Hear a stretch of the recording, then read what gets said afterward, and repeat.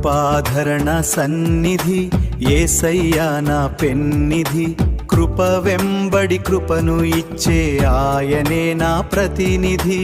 ఆశ్రయుడా నా నిత్యాధారమా, సౌందర్య పూర్ణడా నిన్నే స్తుతించేదా.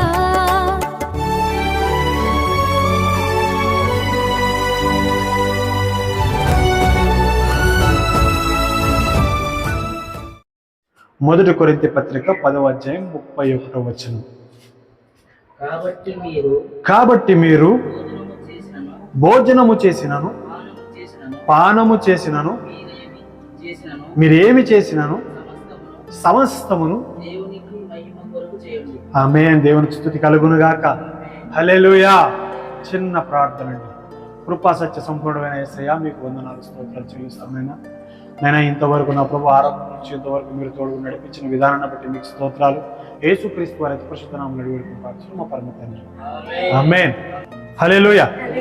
సరే, అయితే ఘనత ఎవరికి? దేవునికే ఘనత. మనం ఏం చేసినా కూడా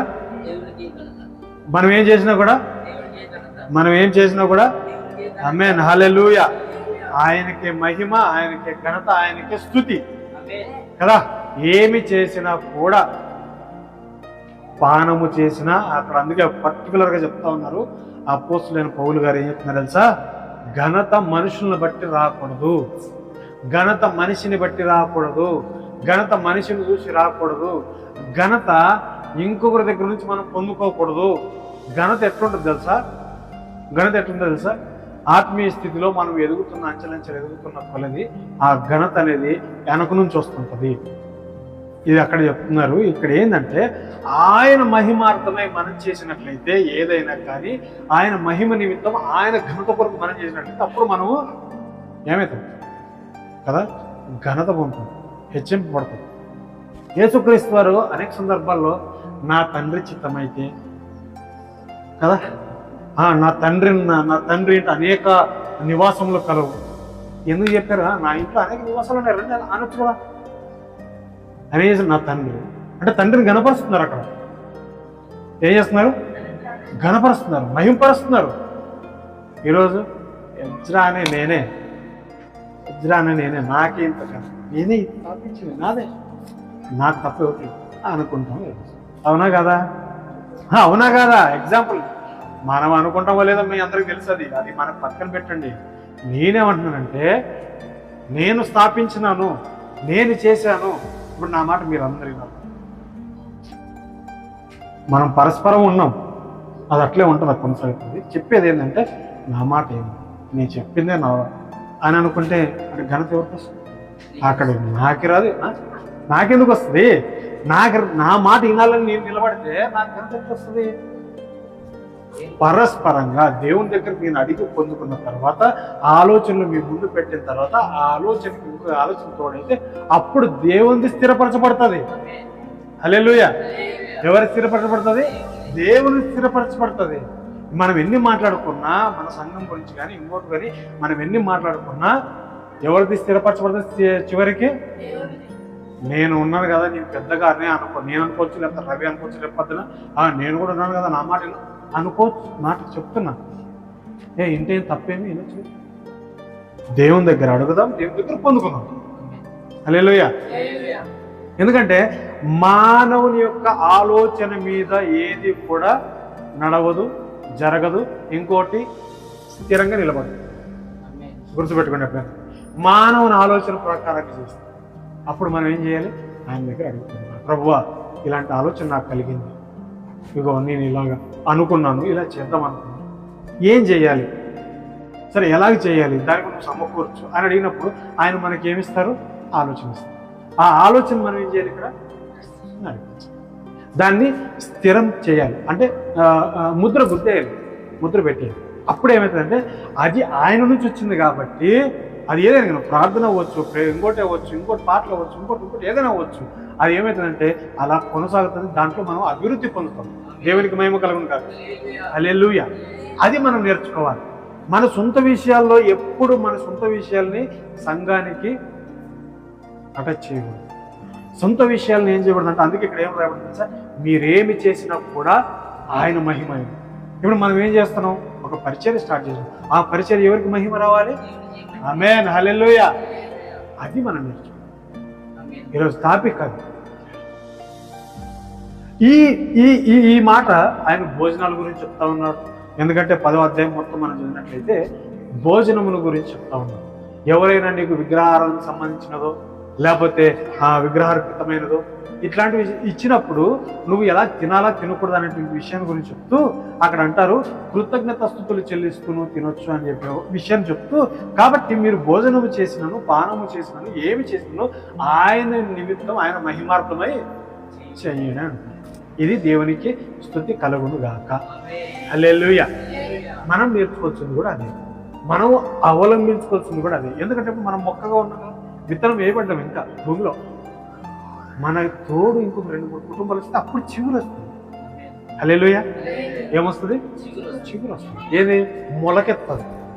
మన విత్తనము నేలలో పడింది, ఇప్పుడు పదును చేయబడ్డ నేలలో పడింది.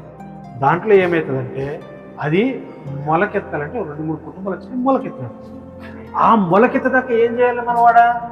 వేర్లు లోపలికి పాతుకుపోయేటట్టు మన ప్రార్థనలు, మన యొక్క ఏమంటారు దాన్ని, దేవుని మహిమపరచడము ప్రార్థనలోనూ మనం గడపాలి.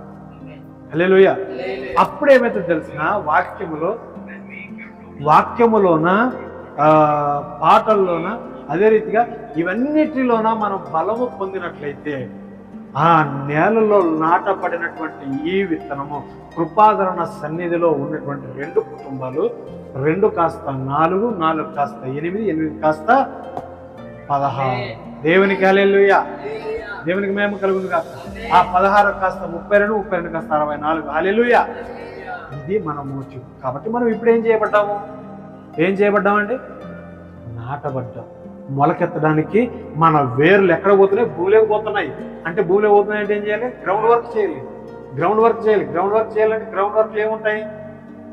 ప్రార్థన, విజ్ఞాపనలు మొదలుకూడదు, విడవకూడదు. మనం నిజంగా దేవుని పరిచర్యలు చేస్తా ఉన్నామంటే మన మహిమ చూడకూడదు, మనకు మహిమ రావాలని చూడకూడదు. కేవలం ఆయనకి మహిమ. హల్లెలూయా. ఆయనకి మహిమ. మనం అనుకుంటామేమో, లేదా జనాలు, ఇంకో విషయం కూడా, కొంతమంది జనాలు కూడా ఉంటారు, ఏమన్నా మీకు మహిమ తెచ్చుకుంటున్నారు, మీకు మహిమ. ఎవరికి మహిమ రాదు. ఇక్కడ మనం చేసే కార్యాలను బట్టి మనకు మహిమ వస్తుంది. అంటే మనల్ని గణపరుస్తారు జనాలు, మనకు కొనియాడుతారు జనాలు, అంతే. మనం ఆయన్ని హెచ్చించాలంటే అప్పుడు మనం ఆయన దృష్టికి ఏమవ్వాలి? తగ్గించబడాలి. ఆయన దృష్టికి, మనుషుల దృష్టికి కాదు, ఆయన దృష్టికి ఏం చేయబడబడదు? తగ్గించబడాలి. అవునా? రైట్. నేను అనుకుంటున్నా కదా, నా గురించి అనుకుంటున్నారు కదా, ఓకే, నో ప్రాబ్లం, దేవునికి స్తోత్రం. అయి ఉండొచ్చు, మీరు అట్లా అర్థం చేసుకో. ఇట్లా మనం ఏం చేయాలంటే వెళ్ళిపోతా ఉన్నాం, తగ్గించుకొని వెళ్ళిపోతాం. అప్పుడు ఆయన ఏం చేస్తాడు తెలుసా? ఎన్ని మాటలు పడుతున్నాడు నాకు, అతనిలో లేని క్వాలిటీని వీళ్ళందరూ అంటున్నారు కదా. అన్నప్పుడు ఆయన ఏం చేస్తాడు తెలుసా? ఒక మెట్టు ఎక్కించేస్తాడు. హల్లెలూయా. దేవునికి మహిమ కలుగును కదా. నమ్ముతున్నామా? దేవునికి మహిమ కలుగును కదా. హల్లెలూయా. అది మనం చవి చూడాలి. అదే మనం చూడాల్సింది, అదే మనం పట్టుకోవాల్సింది. ఏంటిది?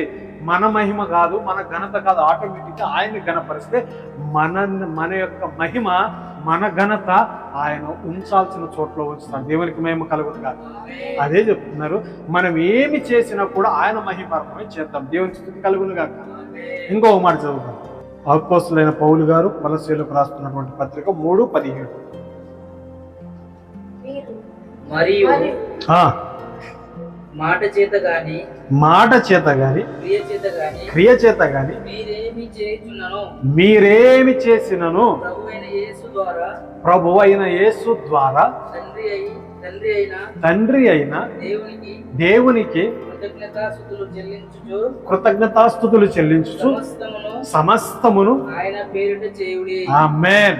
హల్లెలూయా. ఎవరి పేరిట చేయాలి? ఆయన పేరిట, దేవుని పేరిట చేయాలి. మన పేరిట చేసుకుందామా? చేసేది మనమే. ఎందుకంటే మన సేవకులు, మనం ఆయన పనివారం, మనం ఆయనకు దాసులం, మనం ఆయనకి పనివారముగా ఉన్నాం. కాబట్టి మనం పని చేయాలి, కష్టపడాలి. ఆయన మనకెవరు? యజమానుడు.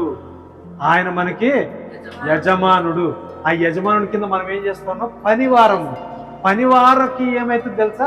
తగిన సమయంలో, అనగా ఆయన ఎప్పుడైతే మన యొక్క టైం ఏమంటారు దాన్ని, మన జీతకాలం ఎప్పుడైతే వస్తుందో అప్పుడు జీతము, తగిన సమయంలో జీతము ఇవ్వడానికి సిద్ధంగా ఉంటున్నాడు. అప్పుడు ఏం చేయాలి? మన మాట చేత కానీ క్రియ చేత కానీ మనం ఏ రీతిగా ఏమి చేసినా ప్రతి విషయంలో దేవునికి కృతజ్ఞతాస్తుతులు చెల్లించుచు ఏం చేయాలి? సమస్తమును ఆయన పేరిట దేవునికి మహిమ కలుగును గాక. అది ఏదైనప్పటికీ ఆయన పేరు తెచ్చాను. యేసుక్రీస్తు వారి నామంలో అడుగుతున్నాము తండ్రి, ఆమేన్. హల్లెలూయా. యజ్రా అన్న నామంలో అడుగుతున్నాము తండ్రి, ఆమేన్. పొందుకున్నామా? రవి అకుల పేరు మీద అడుగుతున్నాను తండ్రి, ఆమేన్. అడుగుతున్నామా? పొందుకున్నామా? గమనించాలి. నేను ఎందుకు ఈ ఎగ్జాంపుల్స్ చెప్తున్నాను గమనించాలి మీరు కూడా. ఎవరు అలాగ అనరు, కానీ కొంచెం జనాలు ఏం చేస్తున్నారు తెలుసా ఈ మధ్యన? ధన్యవాడు భజనలో ఉంటారు, భజన బాధ్యతలు ఉంటారు కదా, వాళ్ళదన్నమాట నేను చెప్తున్న విషయం. చేసే తప్పు లేదండి, చేస్తూ ఉన్నారు, లేదు, దేవునికి స్తోత్రం, ఏదేమైనా దేవునికి మహిమ. కానీ ఆయన మహిమార్థమే చేస్తున్నామా? ఆయన మహిమార్థమే జరుగుతున్నాయా? ఈ పరిచర్య కృపాదరణ సన్నిధిలో జరిగే పరిచర్య ఆయన మహిమార్థమే జరగాలని మా కోరిక. దేవునికి స్తుతి కలుగునుగా. మరియు మాట చేత కానీ క్రియ చేత కానీ మీరేం చేసినా దేవునికి కృతజ్ఞతాస్తుతులు చెల్లిస్తూ ఇంకా ఆయన పేరిట సమస్తమును చేయాలి అని చెప్పి ఆయన పేరిటనే చేయాలి. మానవుని పేరిట కాదు, మానవుడు చెప్పినట్టు కాదు, మానవుడు చెప్తే వినేది కాదు, ఎవరో చెప్తున్నారనేది వినేది కాదు. ఒకవేళ సలహా ఇచ్చినారంటే అది అనుకూలమైతే తీసుకుందాం, నో ప్రాబ్లం. కానీ ప్రతిసారి మనము వాళ్ళ మీద ఆధారపడ్డాం అనుకోండి, ముందుకెళ్తుందా సంఘం? ఇప్పుడు ప్రతిసారి నేను ఉన్నాను మాటకి, అరే నీ కుటుంబాన్ని ఎట్లా నడిపించుకో, తమ్ముడు నీ కుటుంబాన్ని ఎట్లా నడిపించుకో, మీ ఆవిడని ఎట్లా నడిపించుకో, నీ కుటుంబాన్ని ఎట్లా, ప్రతిసారి చెప్తే అవుద్దా? నీకెందుకు అంటారు ఎవరైనా. ఒక్కసారి తమ్ముడు ఇది పరిస్థితి చూసుకో, జాగ్రత్త, అయిపోయి అంతే. ప్రతిసారి నేను చెప్తున్నానంటే అది నేనే పెత్తనం తీసుకున్నట్టు లేదా నాదే అంత అన్నట్టుగా జరుగుతుంది. అది కాదు కదా. ఒకసారి సలహా ఇస్తారు, సలహా అంటే ఒకసారే 2-3 సార్లు సలహాలు ఇచ్చిన అయిపోదు. సమస్తమును ఆయన పేరిట చేయాలి. సంఘము అనేది సంఘము ఒక నరుని ఆలోచనతో జరగదు. దేవునికి మహిమ కలుగునుగా. ఎందుకు చెప్తున్నా అర్థం చేసుకోండి. సంఘం అనేది ఆయన నడిపిస్తేనే నడవాలి. ఎందుకంటే ఆ సంఘానికి మొడతైనను, మొచ్చైనను, డాగైను, కలంకమైనను, మరి అప్పుడు ఏదైనా ఉండకుండా చూస్తాడు ఆయన. అంటే మనిషి అయితే మళ్ళీ మనిషిని సలహా తీసుకుంటున్నాను, సలహా తీసుకుంటా ఓన్లీ కరెక్ట్గా ఈ రూట్లో పోయినాను, ఆయనకు ఆ రూట్ ఇష్టం ఉంటుంది, ఆయనకు ఆ రూట్ ఇష్టం కాదు కదా. మరి ఆయన వెళ్ళాల్సిన, మనల్ని పంపించాల్సిన ముళ్ళ రూట్లోనే పంపిస్తాడు ఆయన. ఎందుకంటే శ్రమలన్నీ అనుభవించాలి, అనుదినం మన సిలువను ఎత్తుకుని నడవాలని.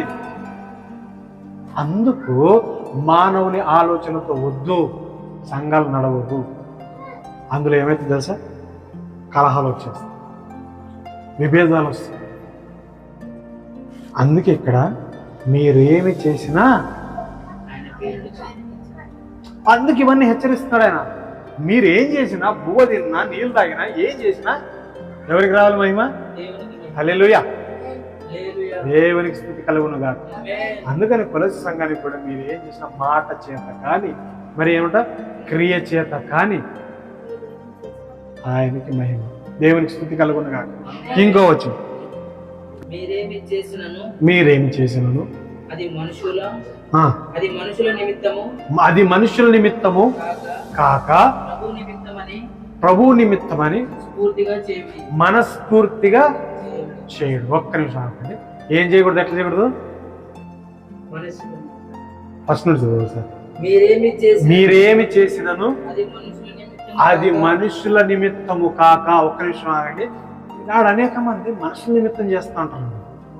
మనుషుల నిమిత్తం ఆ మనుషులు మరి ఏమైతే తెలియదు కానీ వాళ్ళు వదులుకోలేకో మరి ఇంకోటి తెలియదు కానీ మనుషుల నిమిత్తమే. ముందు చదువు. ప్రభు నిమిత్తము మనస్ఫూర్తిగా చేయుడి. మనుషుల నిమిత్తము కాక ప్రభువు నిమిత్తము మనస్ఫూర్తిగా చేయాలి. అంటే మనుషులకు కనబడవాలని చేయకూడదండి. ఈరోజు కూడా ఈ కృపాధరణ సన్నిధి మినిస్ట్రీస్ ని స్థాపించింది మనుషులు చూడాలని, మనుషుల మీద పగతోనో, మనుషుల మీద కోపంతోనో, మనుషుల మీద ద్వేషంతోనో, మనుషుల మీద ఇంకోట కాదండి స్థాపించింది. 2 సంవత్సరాల యొక్క నిరీక్షణలో దేవుడు మాట్లాడినటువంటి మాటను బట్టి ఈరోజు స్థాపించబడింది. ఆమేన్. హల్లెలూయా. అంతేగాని మనుషులు ఇది చేసుకొని మనుషులు ఇది చేసుకొని అదేదో మనుషులకు సంతోష పెట్టాలని, మనుషుల యొక్క మనసును సంతోష పెట్టాలని, మనుషుల దగ్గర ఘనత పొందాలని, మనుషుల దగ్గర మహిమ పొందాలని కాదండి ఈరోజు స్థాపించబడింది. కేవలము దేవుని యొక్క పరిచయం నిమిత్తం. ఆయన 2 సంవత్సరాలు, నా యొక్క 2 సంవత్సరాల నిరీక్షణలో ఈరోజు దేవుడు ఈ మధ్యన ఏం చేశాడు తెలుసా? అది బయలుపరిచినాడు. దేవునికి మేము కలుగుగా అనుకుంటుంటాము, దేవుడు కుటుంబ మధ్యలో వస్తుంటారు అనుకుంటారు. ఎవరేమనుకున్నా నాకు అనవసరం. నాదేంటి, నా విశ్వాసం ఏంటి, నా నమ్మకం ఏంటి, నా దేవుడు నాతో ఈ కార్యం జరిగించినాడు అనుకుంటాను అంతే నేను. హల్లెలూయా. అంతేగాని ఇదేదో దేవుడు మాట్లాడకపోతే ఇవి జరగవు. ఆమేన్. ఏదైనా మొట్టమొదటిగా మొక్కగానే స్టార్ట్ అవుతుంది, తర్వాతనే విస్తారంగా వృక్షం అవుద్ది. హల్లెలూయా. దేవునికి మేము కలుగునుగా. ఒకవేళ ఈ రోజు ఇది ఇంత చేస్తున్నాం, ఇంత స్థాపించున్నాం, ఈ రోజుకి మేమందరం ఇలా పోయినా చింతలేదు, అక్కడ ఉండాలని మా కోరిక. హల్లెలూయా. మన ప్రయత్నం అంతే కదా.